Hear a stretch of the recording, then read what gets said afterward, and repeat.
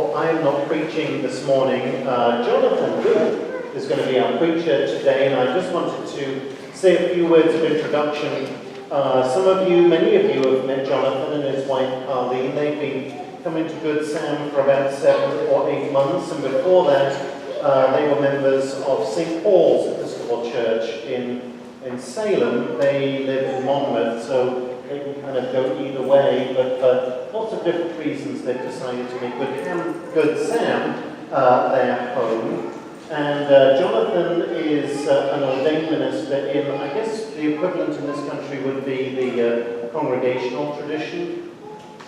Jonathan, when you hear him speak, you will know that he comes from that same little island just off the coast of Europe that I do. And most of his life has been lived there, and he, as I said, was an ordained minister there, and worked for a family not-for-profit, both in the Church of England. He grew up in the Church of England and in the church in Wales, which is the Anglican Episcopal Church in Wales. But Jonathan has been in the States for close to 8 years now, and has been discerning with us call to ministry of preaching and possibly ordained ministry in the Episcopal Church. So I thought we would kind of road test him a little bit with your permission. So anyway, without further ado, thank you, Jonathan. You are our preacher today. Thank you, Simon. Good morning. Good morning. And a very warm welcome if you are joining us on the World Wide Web. We are in the city of Corvallis, the most beautiful city in Oregon. And you are welcome to the Church of the Good Samaritan. Usually when I speak in America, I have to explain my accent. But I am thankful that no translation is needed here at the Church of Good Sam, as Father Simon has paved the way for the Queen's English. My wife and I, Carleen, and she's in Nova Scotia this morning, where she grew up and her parents are, but we're incredibly grateful for the enormous welcome that we have received from the congregation here and the clergy at the Church of the Good Samaritan. I have to tell you that 8 months ago, I encountered an archangel. Her name was Phyllis. And as we arrived in church, she defined the welcome that any seeker should find as they arrive in a church. And in no small part, we stayed because of that little act of service and love by Phyllis all those months ago. I believe sermons, as an integral part of our Eucharistic worship, are meant to do 3 things: inspire, inform, and improve our lives. So why don't we take a shot at all 3 of those this morning together? Vision is the common theme running through our readings this morning.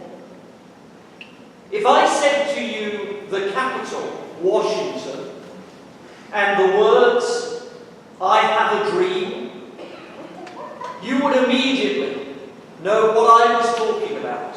Because 53 years ago this month, Dr. Martin Luther King Jr. spoke those words before 250,000 people in the capital. And the speech was ranked the top American speech of the 20th century in a 1999 poll of scholars of public address. As that man addressed a crowd of 250,000, he did indeed have a dream, a vision of civil and economic equality. There's nothing wrong with big dreams, big visions. God has them. Why shouldn't we? One of the readings from the lectionary today that we didn't read is from Isaiah chapter 1. And there it sets out God's vision for his people. Repentant, cleansed, restored, and God-centered. You could say that the prophet Isaiah is a reality merchant looking for real religion. He asked the people of God to learn to do good, seek justice, rescue the oppressed, defend the orphan, and plead for the widow. It's not a comprehensive list of good doing, but rather an illustration of difference making. So God has vision for his people. He believes we can and should do better. However, one of the things that I love about the Bible narrative is that it is so honest about its heroes. Wherever we look, we find men and women used by God, but with great big feet of clay. Do you identify? Clearly, God wants us to impact our world for good. It is one of the golden threads that is weaved into the very heart of the good book. God has a vision of betterment, and remarkably and thankfully can use imperfect men and women like you and I to get the job done. Even with our feet of clay, we too, like God, can and should have vision. May I respectfully question and ask, what is yours? What in your mind's eye do you envision for yourself and those around you? Key questions might be, who do you want to be? What do you want to have? What do you want to do? What do you want to give? Who have to give? I often think to myself that vision is one of a triplet, and the other two are calling and talent. And when vision meets talent and is fired by an inner calling, it is unstoppable. Mind you, we shouldn't get those talents and callings mixed up, as it reminds me of the definition of heaven and hell. Heaven is a place where the police are English, the chefs are Italian, the car mechanics are German, the lovers are French, and it's all organised by the Swiss. Hell, ladies and gentlemen, is a place where the police are German, the chefs are English, the car mechanics are French, the lovers are Swiss, and it's organised by the Italians. It's just good to know what our calling and our talents are. But I digress. And anyway, at the moment, what do we Brits know about Europeans? Vision is so different for all of us, and is meant to be that way. Even though here at the Church of the Good Samaritan, we seek and strive to have a sense of communal vision and a sense of communal identity. But in some ways, vision works the same, whoever, wherever, and whatever it is. Come with me to Seattle and to the life of Kenneth Berry, one-time part owner of the Seattle Seahawks. Kenneth was speaking and he told the audience of the 4 stages of his life. Stage 1 was having stuff.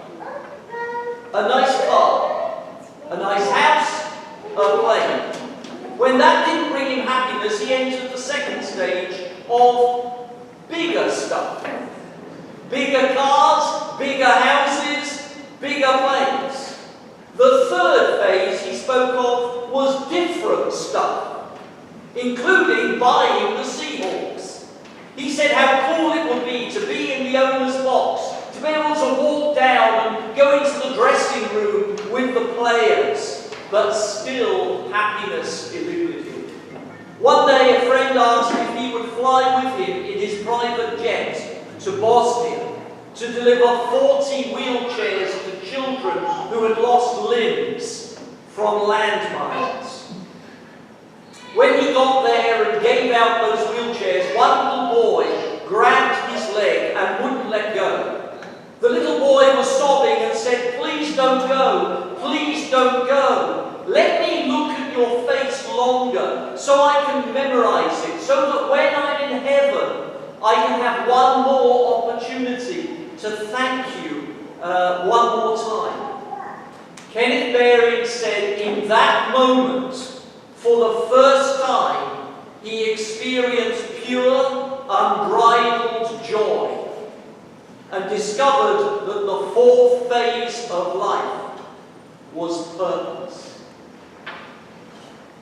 He went on to give away 40,000 wheelchairs and to dig wells in many parts of Africa so that communities could have pure and clean drinking water.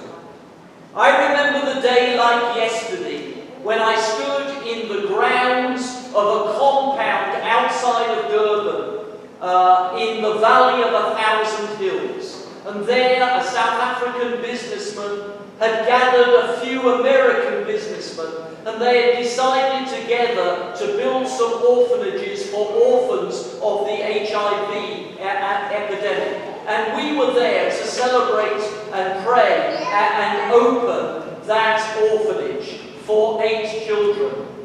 You may say to me, but it was only 8 children. But for each of those 8 children, it changed their lives and destiny forever. I remember from my church back in Wales, the woman who every 2 weeks on a Wednesday afternoon visited Pat, who was chronically sick. In fact, she died just about 2 weeks ago. And without fail, that woman visited that lady. That lady was fulfilling her vision, her calling, and using her talents. We should not think that because we cannot do a lot, that our little doesn't count. Do you remember last week the announcement of our giving focus for August and September that would be for pennies to prosperity? Mohammed Yunus was awarded a Nobel Prize in 2006 for his work with the microloan movement. He tells the story of a woman who borrowed money to buy raw supplies to weave bamboo stools. She'd weave the stools and sell them for only enough to feed her family and return to the lender to buy more raw supplies. To break that revolving door of borrowing, labouring, subsisting and borrowing again, Yunus lent her $25, which meant that she could buy the supplies, make stools, and with the pennies she made in profit, she could feed her family, repay the capital and save a little.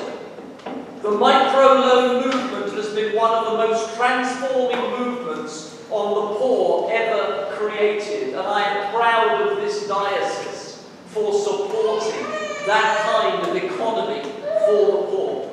Time doesn't permit me to tell more stories. I'm sure you want to go to lunch. But I think that you get the drift, that all of these people had a vision of something better. And whether it's a gigantic societal vision like that of Dr. Martin Luther King, or just the desire to help one other needy person like that of the lady who visited faithfully for 17 years, it makes a difference. All of us, with exception, who are hearing my voice this morning, each and every one of us has the opportunity to find fresh vision, renewed vision, and to be of service to mankind, and to follow our God and make a difference. So I said that to some extent it doesn't matter what our vision is. It works the same whoever, wherever, and whatever it is. Recently we had a flood in our house, and among other things, we had to replace our countertop. I now have a vision of a beautiful, completed countertop But I can tell you, after I hammered off the old one and I surveyed my kitchen, which was bare and had ugly cupboards and so on exposed, I wondered, how on earth will this happen? But my friend Tom came to help me, and Tom had a vision of the finished article. And in Tom's mind, he knew the stages that it needed to complete that vision. And so he set about executing the plan that was clearly in his mind and was a bewildering one to me. And as a result, he met and completed that vision. All visions are the same. Some take a little time, some take a long time. But having vision in the heart and the faith to see things, as we read from Hebrews, that faith is a vision of something unseen. We can do it.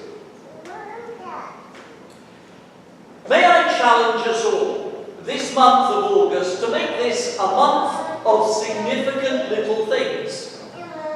How about making somebody's day? A note of thankfulness or encouragement to a friend. $5, not 2 quarters, to a homeless person.